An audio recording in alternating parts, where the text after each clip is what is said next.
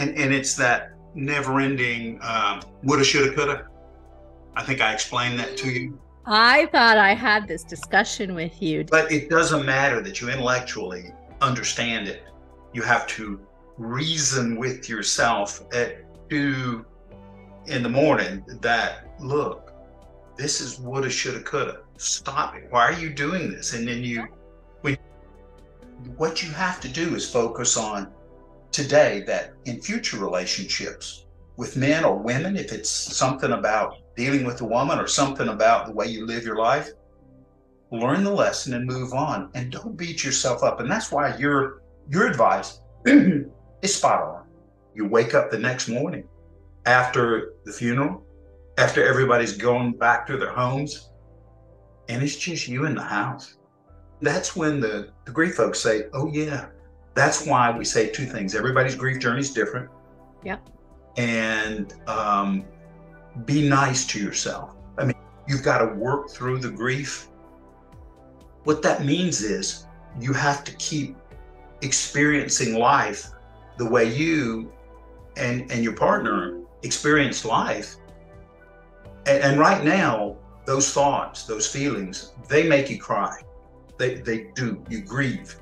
But eventually, you will do those things, listen to that music, and she said, promise me, you'll feel better because it makes you think of her positively. Mm-hmm. But you have to work through the grief to get to that point. You got to recover yourself. That's when the little things about you have to continue, not move on. Move on means you're trying to right. Mentally leave something behind. She said that is the wrong approach. Mm-hmm. You have to embrace it. You have to endure it. You have to, if you feel the grief, have the grief. You just kind of work through it and you feel better. You do. You feel better after you grieve. And then you kind of just, well, okay, what's next? And then you kind of plan the next thing. She knew. How she knew, I don't know, but she knew. Or as I like to say, I'm just a guy. Women know these things. They're wiser than men. I've learned that in my years. Amen. It's so nice to hear a man acknowledge that out loud. I mean, it's so true. We just have a sixth sense that this, you're that, but we do have some intuition that you don't come with. Listen, I'm getting used to our 10 a.m. coffee talks. We have to make this a regular thing. And guess what? Just talking about it is cathartic, I think. I feel like it's cathartic for you to share it. Am I right? Yes, it is. And that's why going to get grief counseling is helpful. As the grief counselor says, your mission for the last 2 years, gone. Yeah. And so that's a sense of loss. The purpose, I'm going to save her, or I'm going to make her as happy as I can. I'm going to take care of her. It's gone. And it didn't work. So you have to now do what she told me several times toward the end. You need to start thinking about you for tomorrow. I mean, just as I was focused on her. Mayor Mike, when you're in grief counseling, is it always a group scenario, or do you also have breakaway sessions where you're one-on-one with? No, it's over at the Y, so it's a group, and right now there are 4 of us, 2 guys, 2 women, and all long married. All has been married 30, 40. I think I've been married the longest, 49 years. You forget how to date. You forget how to be cool. Oh, yes. How to pick up girls. You forget all that stuff. And I have learned, same thing that works on Debbie. I never tried.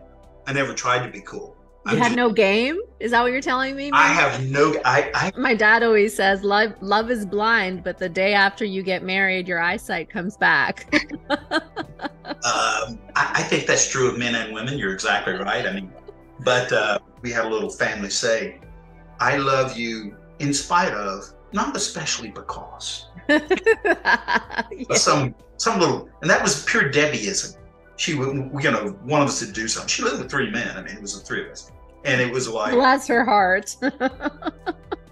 We were outmatched the three of us and her, she still was, we love each other.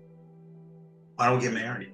And it seemed like such a natural thing to do. Yeah, why not? Let's get married. And we made it a very simple thing. I wrote the vows, and at our wedding, Debbie's the wedding march was Gordon Lightfoot's Beautiful, that song. And this long, and remember, it was hippie times, like the early 70s. And he was playing guitar, and it was a long-haired guy that I had hired. I know her parents didn't come to that, but were your parents there? Oh yeah, my whole family, and they came, and it was, I mean, it was her second wedding, so that it was like she said, "Don't." But mine were like stunned. They wanted a big wedding because my dad, he's a little more prominent in the community. So, and my brother's wedding was kind of a big deal. Yeah. My sister's wedding was kind of a big deal.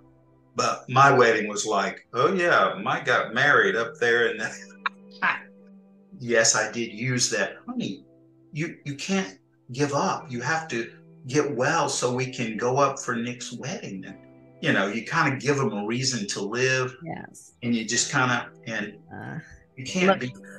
I have to be honest, when I heard cancer, I immediately panicked because a lot of my family members have passed from cancer on my dad's side. And I just think automatically the worst case scenario. But I remember reading one of Debbie's Facebook posts. I wish I remembered exactly when. I don't. So it was sometime in her sickness. And she said, I know that Mike is going to get me through this. So she 100% believed in you and felt that, you were definitely in her corner and that you were going to get her through it. Oh, I can inspire. That is, she believed in me because I believed in medicine and the doctors. And I was the one who was reading and researching and saying, this is what we're going to do. So it is not a surprise that I would beat myself up that it didn't work out the way I wanted to. My sister, who was hovering as well, God bless her, mothering me. And that's good. I take all the attention I can get, Sure. Because your instincts are correct. Talking about it helps. Talking with you about it this morning, getting up to get some coffee. I thought, I feel pretty good. So it really does give you sleepless nights. You just can't get to bed. You can't. Yes, it's like, and that's why I am reading. This book, it's Healing a Spouse's Grieving Heart, 100 Practical Ideas After Your Husband or Wife Dies. Alan Wolf, and he is, an expert. People report this. It's normal, so you have to, and it's practical ideas, and I'm looking forward to reading it. Frankly, 2 nights in a row watching the Braves, that's too much for her. She was like, are we going to do this every night? Can we not watch? A woman's got her limits. She could watch as much Hallmark Christmas as she wanted to. I didn't care. Just to small town where you save a bakery, a Christmas tree farm, some sort of a gift shop. My husband's take on it is hysterical. When he sees me watching them, he says, did they have their big misunderstanding yet? Because there's usually a big, commotion, a misunderstanding, and then they make up at the end. The plot is boy meets girl, boy gets girl, boy loses girl, boy gets girl back. Yeah. It starts to snow and they kiss. That's it. And it's wonderful. No. Happy ending. So that's only and always forever. and we did. We had a sad as it is to say, but she knew I loved her. I mean, she knew I loved her, and it ended that way. I was with her when she passed. She passed knowing I loved her, Absolutely.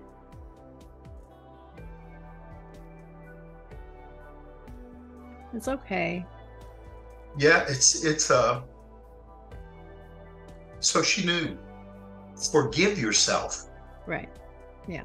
And don't make that mistake again. And that's the only lesson of grief. You got to work through it. You can't skip a step. And the they say there's stages of grief. It's like anger and denial and guilt and yada yada, whatever all this stuff is. And she said, and the last time we met, one of the members was like, well, and she said, where is everybody?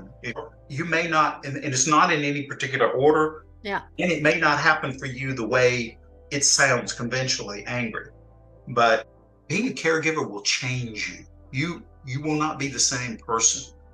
You learn a kind of a disarming honesty and frankness, and you learn to be very personal, with the person you're caring for.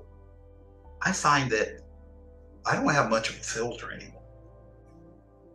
It's like lost your filter, Mike. They wouldn't say it to me, but I'll reflect on that. And some people react very positively to it. Thank you for being that honest with me. Thank you. But it's like I told you the other day, my set point is positive, and that has returned. Good. I never lost it, but you get a little battered and bruised, but you have to stand up and, as I like to say, regain your balance. You're a trusting. It's kind of an intuitive thing, I'm not as good as Debbie, but I like you and I trust you. I don't think any man or any woman, for that matter, is awfully good at that. You learn to be more reflective and could I have done better? And then try to identify in a way it's a fixable thing. Or what do they say now? A teachable moment. You just simply have to remind yourself that you can affect today and tomorrow, but you can't change all that. And you just have to relentlessly remind yourself of that. That's true. That's true. I agree. And she probably would be laughing at me now if I were to tell her, what is it you're thinking about? What are these woulda, shoulda, coulda? She would, oh God, you're worried about that? You're thinking about that? Mike, what about this? Oh, I hadn't gotten to that one. Yeah, you didn't think. Yeah. She tried to make things beautiful. I mean, her motto as a first lady, and she took her duties as first lady very seriously. She said, what is my role? And I went, yeah. And so we talked to some people, and they said, it's up to you. So we talked it over, and her was to make memories for the children and the people who live here. That's the town center, the festival. Yeah. You create traditions. That's how families have traditions, that kids like to come home because we always have a great Christmas. We always have a great Thanksgiving. I go home for Halloween every year because Mom decorates the house for Halloween. Debbie did. She decorated the house for all the holidays. We had a 15 or 16 year in a row neighborhood Halloween party. And there are kids that grew up as little bitty munchkins that Debbie saw. What's your advice to someone going through this same thing you are right now?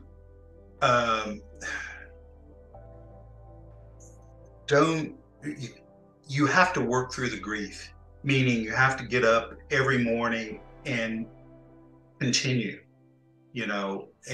but if you make a plan, I'm going to do this, and try to get active, try to be active socially, get out there and meet people, but continue to develop what everybody does in life. New social contacts, meet new friends, meet new people, new experiences. Don't be afraid to go do things, and don't feel like you have to always do things the same way and never change anything.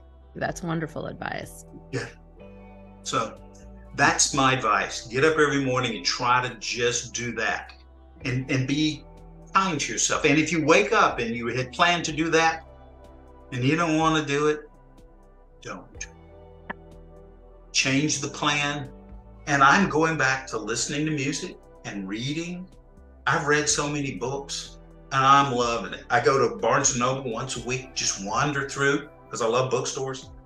That's good for me. Great. It really is. And talking to family, family and friends are closer. You have to learn to continue.